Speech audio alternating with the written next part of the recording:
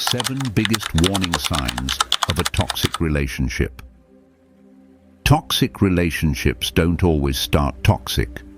Sometimes they feel perfect at first, until little things start to feel off.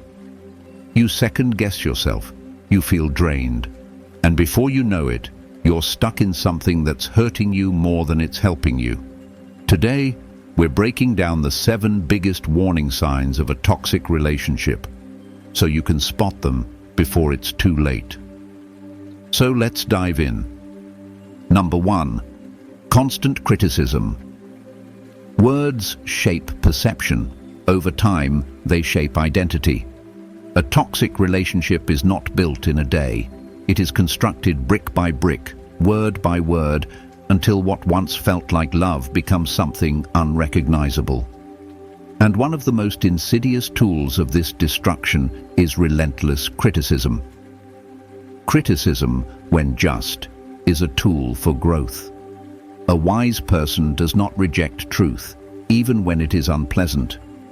But there is a difference between guidance and degradation, between honesty and cruelty. A toxic person does not criticize to help. They criticize to weaken. Every comment is designed not to correct, but to diminish, to instill doubt where once there was confidence. It does not happen all at once. At first it is subtle. A remark about your appearance, a condescending laugh when you speak, a dismissal of your ideas as naive, your ambitions as foolish. Over time, you begin to anticipate it. You adjust. You speak less. You dream smaller. You learn to live within the narrow space they allow you, mistaking survival for peace. But peace is not the absence of conflict. Peace is the presence of self-respect. And no relationship that thrives on belittlement can coexist with self-respect. The one who truly values you will not seek to make you smaller. They will not twist your insecurities into weapons. They will not disguise cruelty as honesty. So the question is not whether their words are true. The question is, do they make you better, or do they make you doubt yourself? Do they sharpen your mind, or do they corrode your spirit? If every conversation leaves you feeling lesser, it is not wisdom you are receiving, it is poison. And the wise do not drink poison simply because it is handed to them by someone they once trusted. If a person's words do not build, they destroy. There is no neutrality in influence. And if you must shrink to be with someone, then you must ask yourself, who benefits from your diminishment? Certainly not you. Number 2, you're always walking on eggshells. A relationship should not feel like a battlefield. Yet, in a toxic one, every word, every action, every silence is a potential misstep. You measure your tone, second-guess your thoughts, rehearse your sentences before speaking. Not because you are uncertain, but because you fear the reaction. This is not love. This is control. It may not come in the form of direct commands or visible restraints, but the effect is the same. You become less of yourself to avoid conflict. You filter your words to prevent an argument. You suppress your emotions to keep the peace. But this is a false peace, one that exists only as long as you submit to their unspoken rules. The Stoics teach that external circumstances should not dictate our internal state. But what happens when someone makes it their mission to become that external force? When their moods dictate your day, when their anger turns your home into a place of quiet fear. This is not an unfortunate dynamic, it is a deliberate imbalance of power. They do not need to control you openly because they have trained you to control yourself for them. A free person does not live in fear of another's emotions. A free person does not shrink themselves to avoid imagined consequences. And a free person does not allow the unpredictable temper of another to dictate their own peace. The one who truly values you will not require your silence for their comfort. They will not force you to suppress your truth, to preserve their illusion of control. So ask yourself, if you must constantly adjust, tiptoe, and monitor every move, who is benefiting from your restraint? Certainly not you. Love does not demand that you become less of yourself to maintain it. Any relationship that requires your fear to function is not a relationship worth keeping. Number 3, they make you feel guilty for everything. Guilt is a powerful tool. When used justly, it can correct mistakes and guide us toward virtue. But in the hands of a manipulator, guilt becomes a weapon, one designed not to correct behavior, but to control it. In a toxic relationship, you will find yourself apologizing constantly, not because you have done wrong, but because you have been conditioned to believe that their unhappiness is your fault. They are distant. It must be something you said. They lash out. You should have known better. You set a boundary. Now you are the selfish one. This is not accountability. This is coercion. The Stoics teach that we are responsible for our own minds, our own actions, and nothing more. Yet a toxic person will try to place the weight of their emotions onto your shoulders. Their mood becomes your responsibility. Their anger, your failure. Their unhappiness, your personal shortcoming. But this is an illusion, one designed to keep you powerless. No person, no matter how close, is entitled to make you the keeper of their emotions. If guilt follows you like a shadow in your relationship, ask yourself, are you truly in the wrong, or have you simply been trained to believe that you are?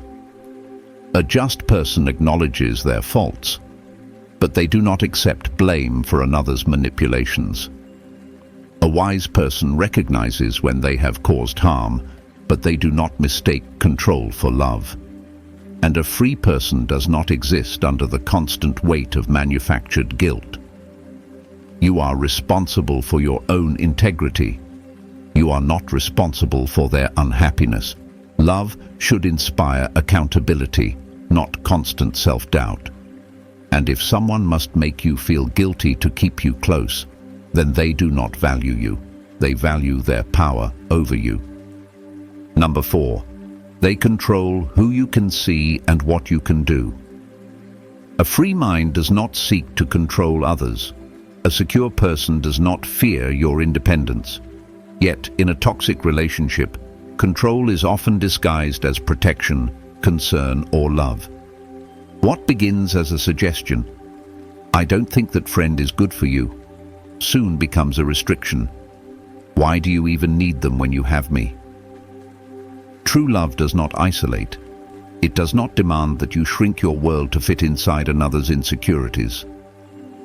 But a toxic person will convince you that distance from others is necessary, that your family doesn't understand you, that your friends don't really care, that time spent away from them is time wasted. And so, little by little, you pull away, not because you want to, but because resistance leads to conflict, and conflict is exhausting. The Stoics teach that external circumstances should not dictate inner peace. But what happens when someone slowly removes all external support? When every connection beyond them is severed? The answer is simple. They make themselves your only source of validation, your only reference for reality. When you have no outside perspective, no one to remind you of who you were before, their control becomes complete. But ask yourself, does a person who loves you truly need to cut you off from the world? If their love is genuine, why does it require you to abandon others? A just relationship encourages growth, connection, and independence. A toxic one demands isolation, obedience, and dependence. A person who values you will never fear your freedom. They will not see your friendships as competition. They will not need to weaken your support system to strengthen their hold over you. If someone requires your isolation to keep you close, they are not a partner, they are a captor. And no wise person remains in a cage simply because they once mistook it for safety. Number 5, they make you doubt yourself. The mind is the seat of reason. It is the only thing truly within our control. And yet, in a toxic relationship, your mind, your ability to think clearly, to trust your own judgment, is the first thing that comes under attack. At first, it happens in small ways. You remember a conversation one way, but they insist it happened differently. You recall a promise they made, yet they swear they never said such a thing. You feel hurt by their words, and instead of acknowledgement, you are told you are too sensitive, imagining things, or overreacting. This is not forgetfulness. This is not misunderstanding. This is manipulation. It is called gaslighting, and its purpose is simple: to make you question your own reality, to weaken your confidence, and to ensure that the only truth you trust is theirs. The Stoics teach that perception must be guided by reason, that we must seek clarity in all things. But what happens when someone deliberately distorts clarity? When they rewrite events to serve their own purposes? When they make you doubt not only what you see and hear, but what you feel? The answer is simple: they gain power over you. A person who does not trust their own mind is easier to control, easier to manipulate, and easier to keep trapped in a cycle of uncertainty. But ask yourself, do you feel more certain of yourself in this relationship? Or do you feel lost? Have you become stronger or more dependent? The wise do not question reality simply because another tells them to. They do not hand over control of their mind to someone who benefits from their confusion. If love demands that you abandon your own perception, then it is not love. It is deception. No one who truly cares for you will seek to make you doubt yourself. They will challenge you, yes, but never with the intent to break you. If someone's words make you feel smaller, unsure, or disconnected from your own thoughts, then you must ask yourself, is this a person I can trust? And if the answer is no, then what remains is not a relationship. It is an illusion, and the wise do not live in illusions. Number 6, your feelings are always invalidated. Emotion, when governed by reason, is neither weakness nor excess. It is a natural part of the human experience. The Stoics did not reject emotion, they rejected being controlled by it. But in a toxic relationship, emotions are not only controlled, they are dismissed entirely. You express disappointment, and you are told you are too sensitive. You bring up a concern, and you are met with a sigh, an eye roll, or worse, silence. You speak your truth, and instead of being heard, you are accused of starting drama. Over time, you learn the lesson they want you to learn, that your feelings are an inconvenience, that your pain is irrelevant, that your voice does not matter. But this is a lie. No person has the authority to declare another's emotions invalid. To feel is to perceive, and perception, when grounded in reality, is not subject to another's approval. When someone dismisses your emotions, they are not offering wisdom. They are avoiding accountability. They do not wish to face the effects of their actions, so they shift the blame onto you. They call you dramatic, so they do not have to listen. They call you irrational, so they do not have to reflect. They belittle your feelings, not because they are unimportant, but because acknowledging them would require change. The Stoics teach that we must control our responses, but control is not the same as suppression. To ignore one's emotions is to deny reality, and reality, no matter how inconvenient, remains unchanged by denial. If you feel unheard, there is a reason. If you feel dismissed, It is not your imagination. A just relationship allows space for truth, for communication, for mutual understanding. A toxic one silences you so that only their perspective remains. So ask yourself, do you feel safe speaking your mind? Or do you weigh every word, knowing it will be twisted or ignored? A person who values you will not demand silence in exchange for peace. They will not shame you for feeling. If someone's first instinct is to dismiss rather than understand, then what they seek is not love. It is control. And no wise person allows themselves to be controlled. Number 7. They keep you stuck in a cycle of highs and lows. The wise do not chase what is inconsistent. They do not place their happiness in the hands of someone who withholds affection as a means of control. And yet, in a toxic relationship, inconsistency becomes the norm. One moment, they are everything you ever wanted, kind, affectionate, attentive. The next, they are cold, distant, indifferent. And just when you are ready to walk away, they pull you back with promises of change, gestures of love, and words carefully chosen to keep you tethered. This is not love. This is manipulation. It is a cycle designed to keep you uncertain, to make you crave their validation, to ensure that you never feel secure in their presence. The highs feel intoxicating because the lows are so unbearable. The rare moments of kindness feel like proof that they can be different, that they will change. But they do not change. Only the pattern repeats. The silence, the coldness, the neglect, followed by just enough warmth to make you stay. A Stoic does not allow external forces to dictate their inner peace. They do not surrender their emotional stability to the unpredictable whims of another. If love requires suffering to be felt, then it is not love, it is control. A healthy relationship does not operate on extremes. It does not leave you questioning your worth one day and feeling euphoric the next. It is steady, consistent, and free from the need to prove oneself worthy of affection. So ask yourself, if nothing changed, if the cycle continued exactly as it is now, would you be content? Or are you simply holding on for the next moment of relief? The person who loves you will not make you earn their kindness. They will not treat love as a reward, nor will they use distance as punishment. If someone's affection is only given in moments of desperation, then they do not care for you. They care about keeping you within their grasp.